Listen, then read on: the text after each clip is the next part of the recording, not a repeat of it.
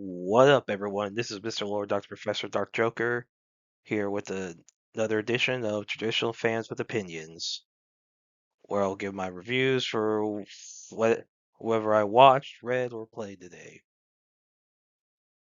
And who are Traditional Fans with Opinions? That is myself, and that is you, the viewers. With all that being said, on with the reviews.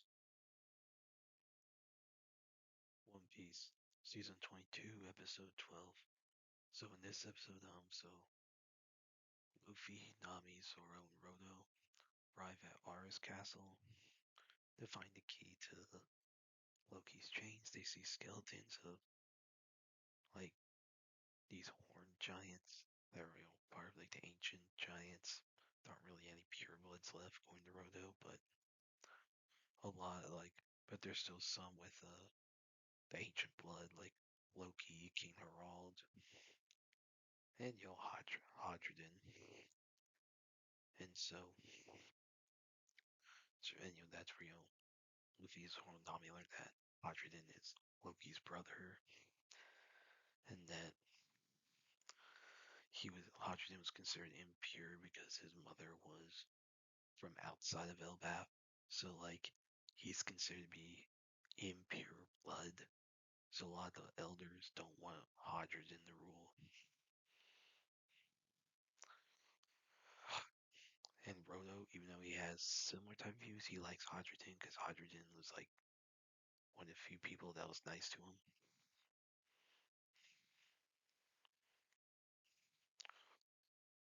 And then yeah. So then also Shamrock and Gunko are trying to attack Loki, force him to join the God Knights. And Loki says no. So yeah. The battle's about to start. Now with and yeah, the one thing is how when Luffy's group sees a picture of Harald, Frodo says how Harald ripped his own horns out to show his resolve for Elbaf having peace. So yeah, stuff's about to go down. People who've read the manga know about what stuff's about to go down. But yeah, I thought this was a really good episode. Looking forward to the next one. Kagurabachi Chapter 125. So in this chapter, so you have rookie heroes trying to forge the enchanted blades. How he uses like the iron in order to prevent the Danseki from blowing up too much. Like he found a way to contain the explosion. So far, so good. So yeah. And then basically he's just making it. And apparently rookie heroes eyes, they're able to heal through the flames. Most like their eyes get burned, his eyes regenerate. So he's able to do very well with forging. So forging's still going on, and of course soon we'll see how things go. Yeah, I thought it was a good chapter. Like how they're still setting up the swords, even though it's still a bunch of setup and setup. It's still freaking awesome. So yeah, I like this chapter. Looking forward to the next one. Ultimate Exorcist Kiyoshi, chapter 97. So in this chapter, everyone goes to the Exorcist Association HQ to attend Kiyoshi's inauguration as a cross paladin. And so see a bunch of people show up. So he meets the other a lot of the other cross paladins that are there. So yeah, Mega meets Tenno, who was against his own women, but he says, regardless, he says that he says says let's work together.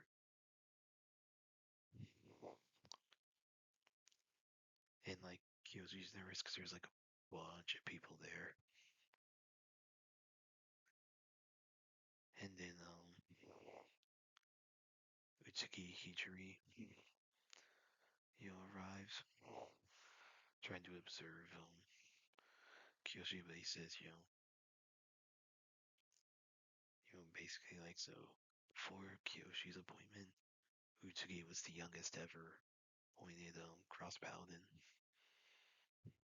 So he says, Kiyoshi beat 2 demon lords, so it's like, yeah, he's good. Then, yeah, but he asks why Kiyoshi smells like a demon.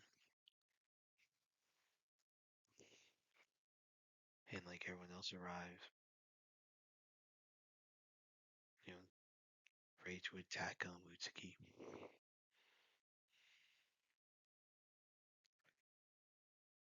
And then like Kiyoshi says he owes his life to a demon, that's why. So it looks like we'll see how that goes. Yeah, it was a good chapter. It's like they're setting up Utsuki's a potential rival. Or maybe he's like, alright, at least you're honest. Who knows? We'll see how it goes. But yeah, that was a good chapter. Looking forward to the next one. So the Witch, chapter A7. So in this chapter, so yeah, so Ichi tries to kill Fujimine for her trying to kill him. Basically, doing like it's his instinct. Fujimine claims that Ichi's not cut out to be human, and she says that Heidi would be happy to have him, whoever Heidi is. So then, yeah, so Fujimine leaves, and then Heidi basically is in front of her, and Fujimine says she understands why Heidi likes Ichi. So then, what's left is like, so, Amaduro and her offices are captured. And then, the Magic Keepers and Team Destroyerz, they were having a ping pong match. So we'll see how that goes. Like a very destructive ping pong match. So yeah, I thought it was a good chapter. Yeah, like Ichi's 2 mentors having a high tense ping pong match. I'm sure there's a lot of humor in that.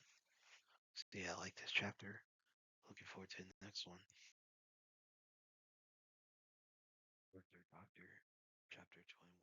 So in this chapter, it's revealed that the guy impersonating Ichi is a guy named Dan who basically tried to study to be a doctor but couldn't get a license because of money. He ended up doing some time for like crimes and stuff.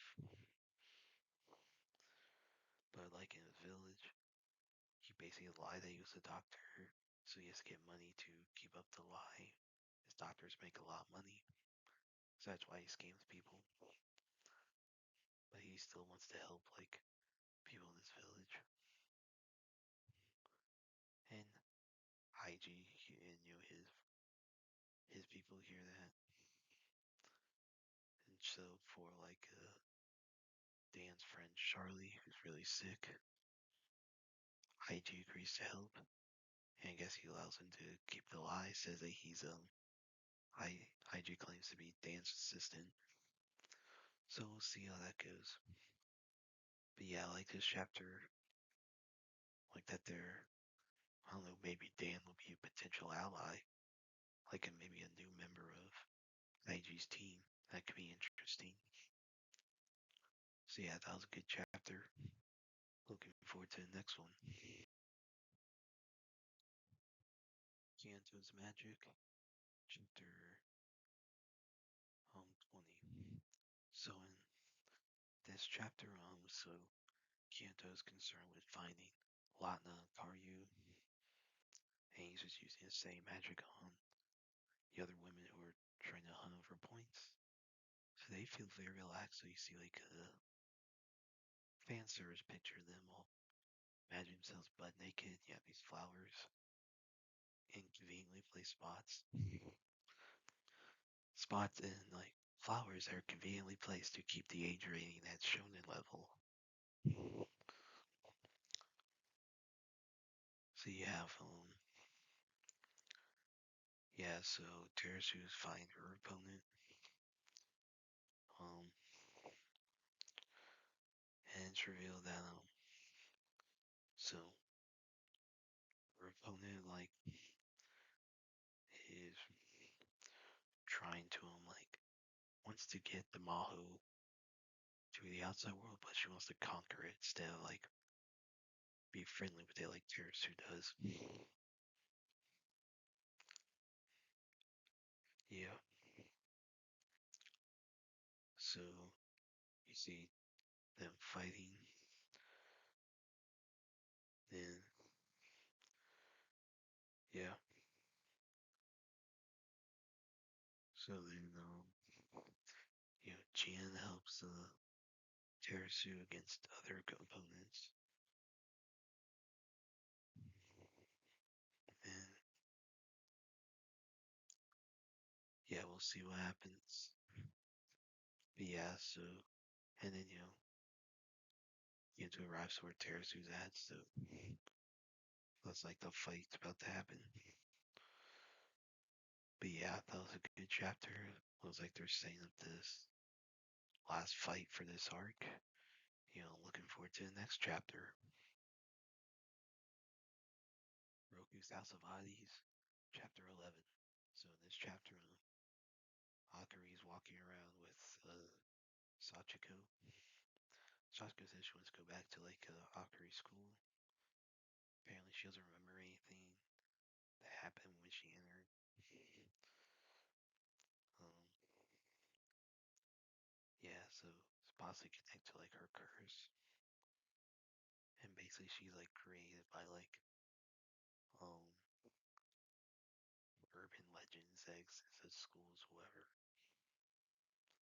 So yeah, so then one of our students says that thinks he's seen her before. So then a bunch of other spirits like appear.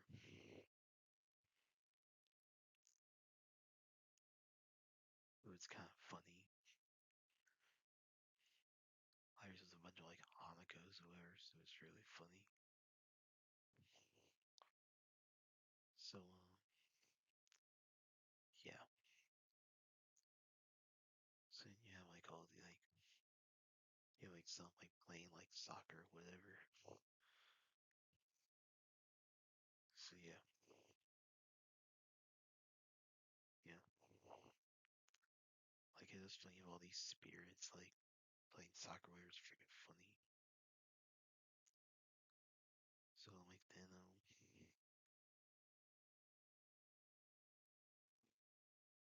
yeah. Then yeah. So then yeah. So then Akari and Sachiko enjoy the soccer match. And that's really it. So yeah, we'll see what happens. Feels like we're getting close to figuring out what the deal with Sachiko's curse is. Whatever that is. So yeah, that was a good chapter. It's like they're gradually building up the curses. Looking forward to the next chapter. Wistoria, Wand and Sword, Season 2, Episode 11. So in this episode,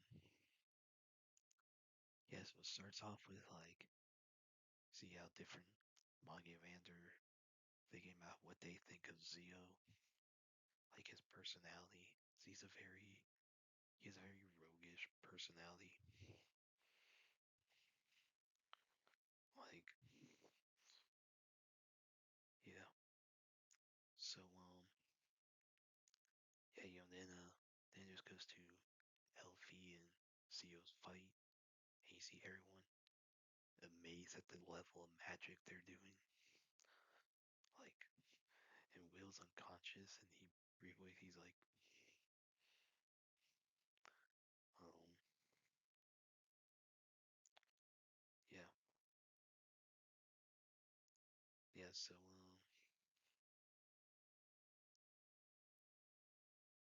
yeah, so dude,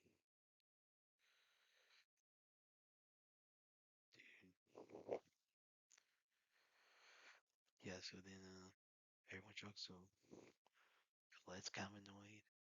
Like Zio asks why Elfie's trying so hard to get Will. Elfie just says because she loves Will, and Zio's just entertained by the whole thing. Like actually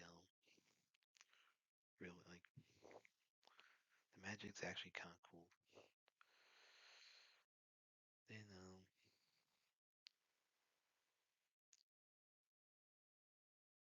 yeah, yeah. So yeah, then yeah. So so Will's unconscious. He's not aware there's a fight going on until he's like wakes up. He's like, hey, why is Elfie fighting? And there's a weird reason Elfie calls Will her bride. I don't know if that's a translation error or whatever, because wouldn't it be room or husband or something? So I don't know if it's a translation error. That could be what it is. I don't know.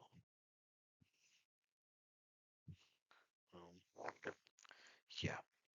So and Colette's kind of pissed off because of course she's into Will. I'm honest, I freaking hate the motivation.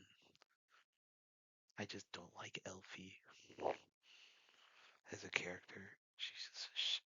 All she is a simp, and like everyone's like so. Yeah, I mean, hopefully, I think next week probably the whole plot, like the whole dispute will basically end. So I think next week's supposed to be the final episode, unless it's a two-course season. But yeah, I thought the magic was cool. I thought it was a decent episode. Zio is freaking awesome.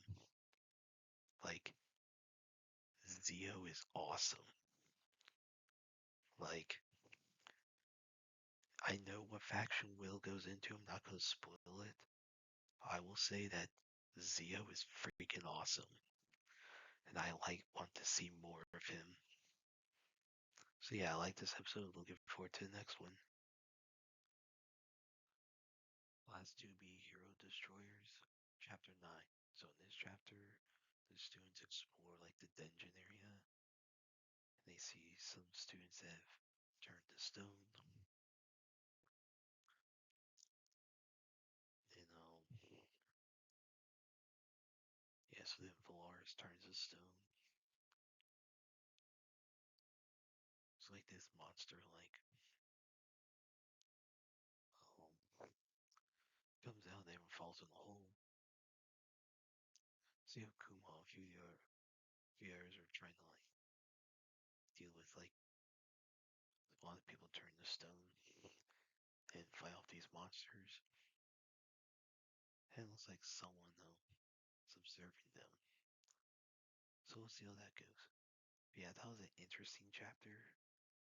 You know, there's these monsters, students turn to stone. There's a big threat here. So we'll see what happens. So yeah, I like this chapter. Looking forward to the next one. Formula Chapter 2. So in this chapter, Miharu is like a congratulated by all these people for his victory. Apparently, no. So he's actually able to keep his job, you know. But like, since management still wants him gone, he's just gonna have to keep winning during the race. So, you know, Kiriko Haga, who's a team manager, was watching over like Haruko, and Kiriko's obviously into Miyaru. So yeah, and so yeah, so then Haruka does some basically on trends where he says he believes that Miharu's gonna like win the championship this year. Then yeah, so yeah, we'll see what happens. So then everyone, the next race is about to happen, and Miharu meets Matsuba Kyogoku, who Miharu's a big fan of. Like he's just fanboying over.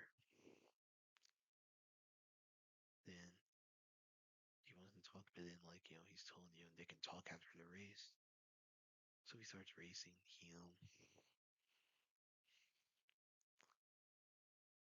Yeah.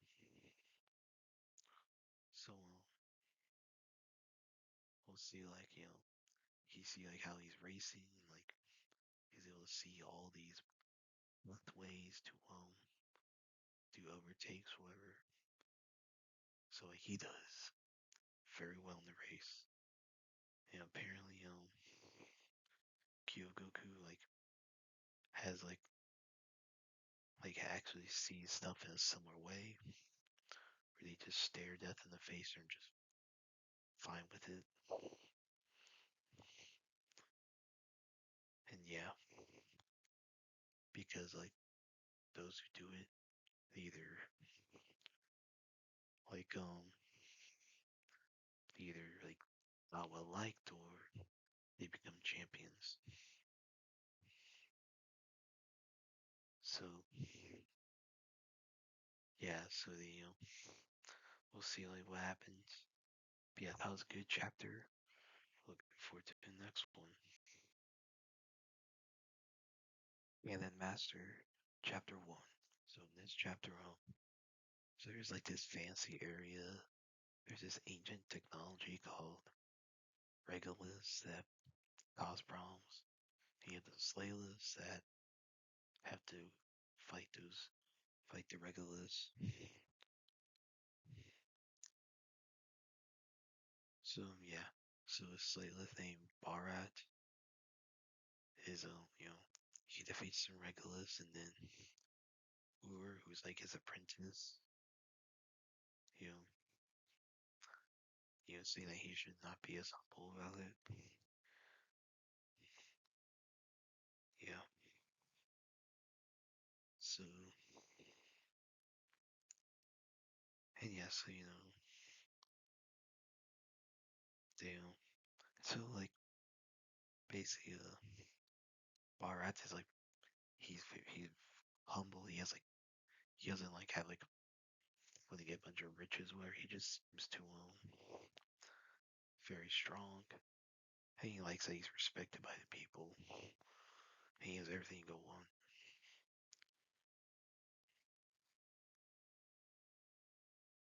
And apparently Ur is very powerful and destroyed the plaza.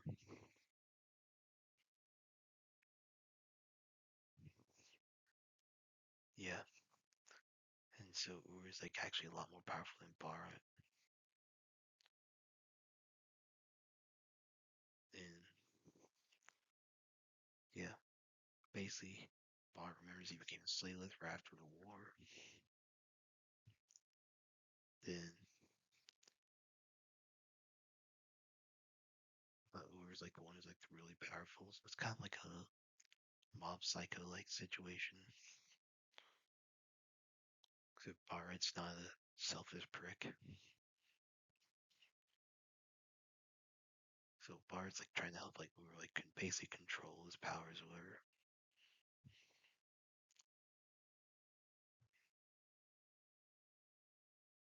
Yeah.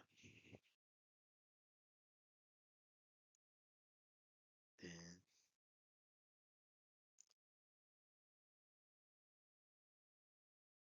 yeah, so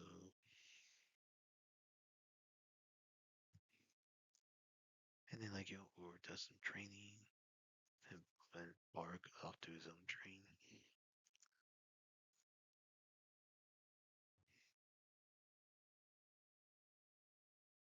Then Uber says he's given up on being Barrett's apprentice.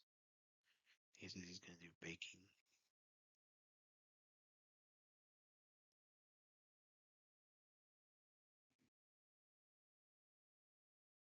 And then Uber says, he wants a career in baking, but he says, you know, he thinks he's not worthy of being Barrett's apprentice. Then Regolith attacks.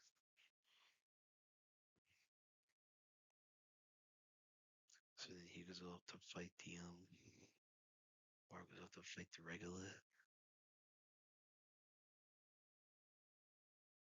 You know, basically, Bar tells Uber to fight the Regolith with him.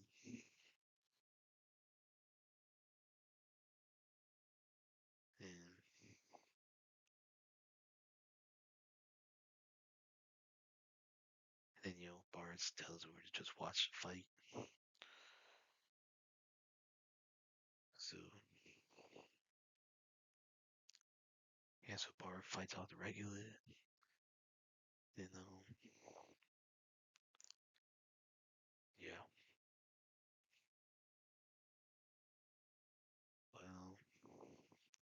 Well, he gets hurt badly.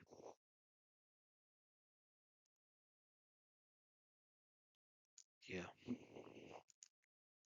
So, yeah, so then he tells Uber if he wants to be a baker, it's fine. Then he says he'll beat right the Regolith. So then Uber jumps in and attacks the Regolith and wrecks it.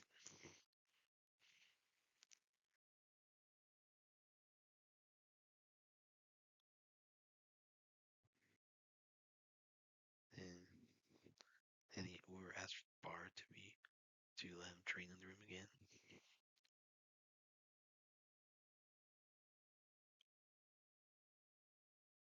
And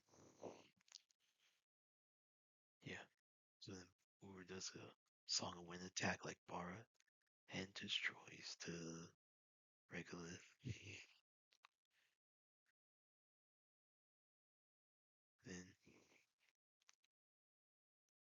Then he looks at Uber and said, "What we did, like it," and he knows that Uber's strength is comparable to the Regolith. So he hints that there's some secret with Uber. So we'll see how that goes. But yeah, that was a good chapter. Liked how they introduce this world. Obviously, it looks like there's a lot of stuff going on. We'll see how the rest of the series goes. But yeah, I like this chapter. Looking forward to the next one. Rick and Morty, season 9, episodes 1 through 5. So in these episodes, so first one, Morty learns that Rick's been hanging out with evil Morty, and basically evil Morty's trying to erase the family unless Rick helped him. So then Morty gets jealous, then destroy some evil Morty stuff. Then with the fight, um, Rick gets the time police to arrest evil Morty. Then yeah, so then it's revealed Rick goes on vacation sometimes using a personality called Ted, erases his memory. But then when Rick's cybernetic enhancements activate, Ted becomes aware about about Rick. So Rick's contingencies start attacking the planet he's on of below 6E. Kills Ted's friend Marjorie. Ted's other friends help him fight. Ted gives his friends tech enhancements. Then Ted gets depressed after a little bit. And he decides to return to Rick. To being Rick, and then restores with full intelligence. Blaine learns he's just as depressed. Then at another vacation spot, he's about to get married. Or you Summer get him to the capsule. And Summer tells everyone who he actually is. Then later one you have, Rick's ship. It's a fender bender with guy who knows Fu. Well, does some five finger death punch thing. Makes where Rick can't walk forward 5 steps until without dying. And which sucks because that whole deal kept Rick and Morty from going to Boob World. So Rick just walks backwards, and then Morty befriends the guy, but then he gets death punched. Basically, the guy just death punches people, pisses him off. And his master doesn't like that. So Rick convinces his master to after we're helping him work things out with his daughter, um, basically so to analyze the kung fu, find a cure for it. Then they fight the guy, and but the basically the punch god, martial arts called Punch, he gets pissed off since Punch Meister to kill him, punch arm or whatever. And then they win the fight, and yeah, and then basically yeah, yeah, so then what we also had here is then late also same time, Jerry's having to trying to clean the pool. He doesn't want to hire the pool guy because he's probably concerned Beth's gonna screw the pool guy. So he he learns how to use this pot cleaner, which cleans the pool. When he goes for a swim, the bots still activate, starts cleaning him. Then turns sexual, so then Jerry starts having sex with the pool bot. Then when the bot gets cleany, when he tries to end the affair, um, yeah. Then when Jerry tries to get the pool guy to do it, um, pool bot tries to kill pool guy and Jerry. And then they'll destroy the pool bot. Heath Alfred says he'll get because Jerry offered to pay double. Jerry Pool Boy says he wants triple. They keep quiet about the whole deal. But Beth hears anyway about the whole Jerry screwing the pool bot. She says she basically says that the hair dryer turns her on. So yeah, that was gosh, that was bad. not as weird as the Morty thing with the horse. You have it's like this robot who like then there's like this robot who hangs out with like Rick and Morty's son. Turns out he like helps Rick deal with like lockouts, whatever, in the house. And like Morty doesn't know he's a robot. He thinks he's an actual friend. But then like once Morty learns, he tries to free him. Takes him to this planet that like of people who like these aliens that make vodka for Rick. And then the aliens turn on Rick. And yeah, it causes a whole deal. And you have these aliens that like the other aliens that they first possess Jerry, try to figure out what's going on. And then they possess, the Reese, the robot, or to walk around and feel what it's like to be human. It's so bad. And then you have like most recent episode, you have Jerry tries to get a job, working for it's called things like Nip Slip Vodka, whatever. He takes these like worms that get rid of his anxiety, so he actually does good at the interview, where he actually talks with the client.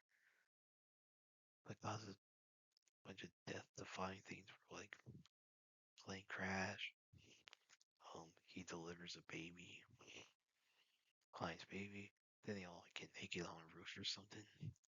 But if Jerry gets the job, he's like, excited he's going away. So he starts vomiting all these worms. Because the worms are reproducing inside him. Because, like, he didn't have anxiety. Because he had a bunch of anxiety. Oh, once the anxiety's going away, worms start leaving. Yeah, it's stupid.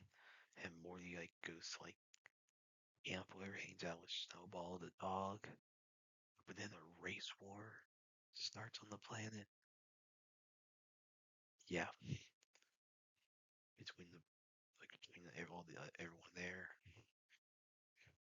and Rick arrives to pick him up. He gives a bunch of worms to the dogs to like get him to fix stuff. Yeah, it's not good. I did not like these episodes. Second episode is definitely the best one. This is not a good season so far. Hopefully it improves. Death of Robin Hood.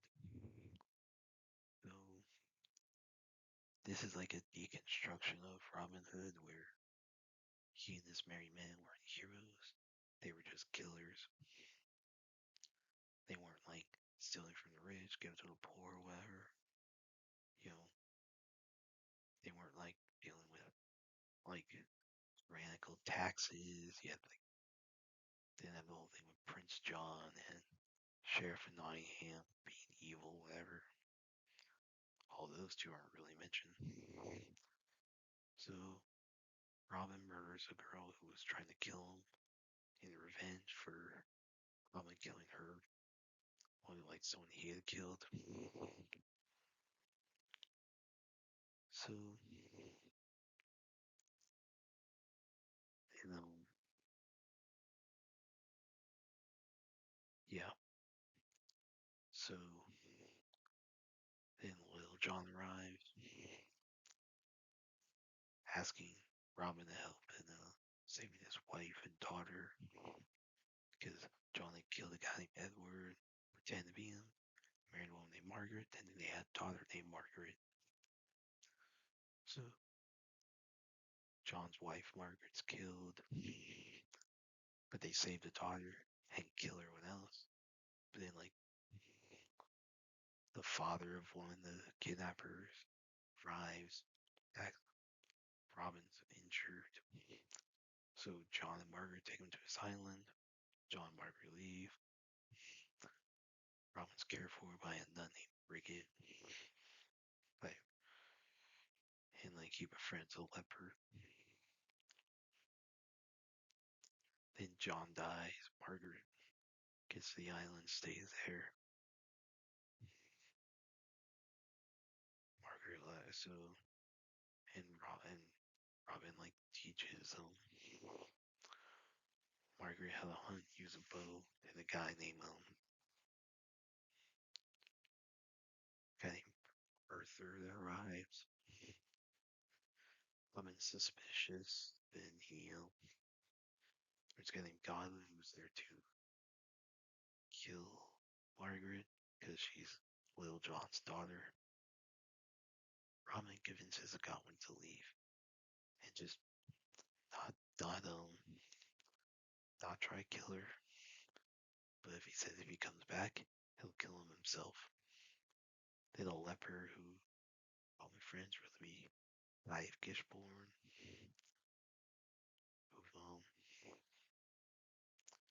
you know, who born the legend, at least for the movie, Robin decapitated him. But he actually just cut his ear off. You know, Knife forgives Robin. He tells him that Brigid's husband was killed by Robin.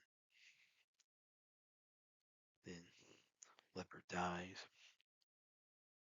You know, Robin tells Brigid who he is. Brigid says that her husband and children were all killed in a fire by Robin. But she still tries to heal Robin through her duties as a nun. So then Robin finishes Margaret's bow, tells her to aim, while he lets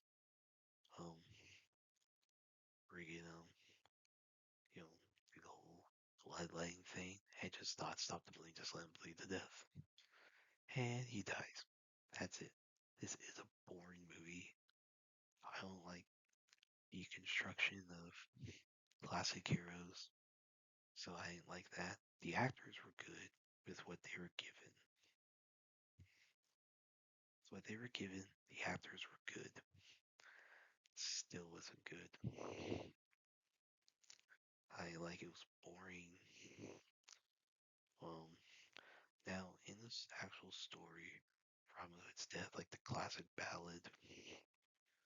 So the Prioress, which is what Brigid was in this, the Prioress was Robin's cousin, and she took too much blood, and then like some versions have them where Robin was stabbed by Red Roger, and yeah, so basically in the story it's like a betrayal. This one, Robin just lets himself die. So yeah, then and the story, Robin shoots the arrow and tells Little John to bury it where it falls. In this movie, it's Barker that fires the arrow. Now he doesn't say let's get buried where it falls. He says to fire it. Whether it's not a good movie, it's boring. It didn't need to get made. Well, that's it. Did y'all like the stuff I reviewed? And if you have your own opinions about all that, you can put all that in the comments. Thank you for watching, and like, subscribe, and all that. And look forward to the next video.